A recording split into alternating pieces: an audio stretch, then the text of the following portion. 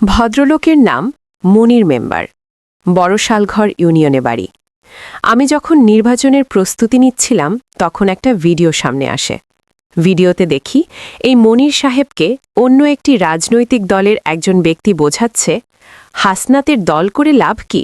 হাসনাত তো কেন্দ্রে এজেন্টও দিতে পারবে না, ওর দল করা ছেড়ে দেন।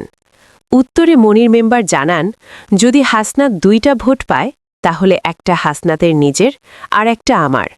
যদি একটা ভোটও পায় সেটাও হবে মনির মেম্বারের। এই ঘটনার পর মনির মেম্বারের সঙ্গে আমার পরিচয় হয়। ভোট জেতার পর কাল তাকে জিজ্ঞাসা করলাম, দেখা করতে আসলেন না কেন? মনির মেম্বার বললেন, খেলোয়াড় ট্রফি দেখতে আসে না, খেলোয়াড় ট্রফি জিততে আসে। আমাদের জেতা শেষ, আমরা এখন পরের ম্যাচের ট্রফি জিততে প্রস্তুতি নিচ্ছি, যাতে দর্শক দেখতে পারে। মনির মেম্বার আরও বলেন, আবার যখন আপনার দরকার পড়বে আপনাকে আমাদের খুঁজতে হবে না।